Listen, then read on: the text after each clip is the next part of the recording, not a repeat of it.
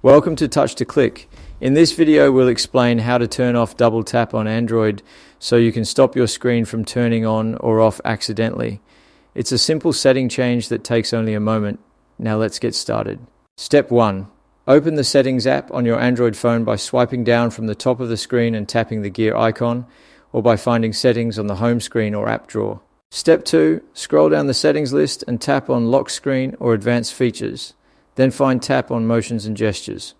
This section includes controls related to how your screen behaves when the phone is locked. Step 3. Scroll to the top of the menu and look for Double Tap to wake or turn off screen when locked. This option controls whether tapping the screen twice activates or turns off the display. Step 4. Toggle the switch off to disable the double tap feature on your Android phone. Once turned off, your screen will no longer respond to accidental double taps. Thanks for watching, and don't forget to subscribe to Touch to Click for more easy and helpful tutorials.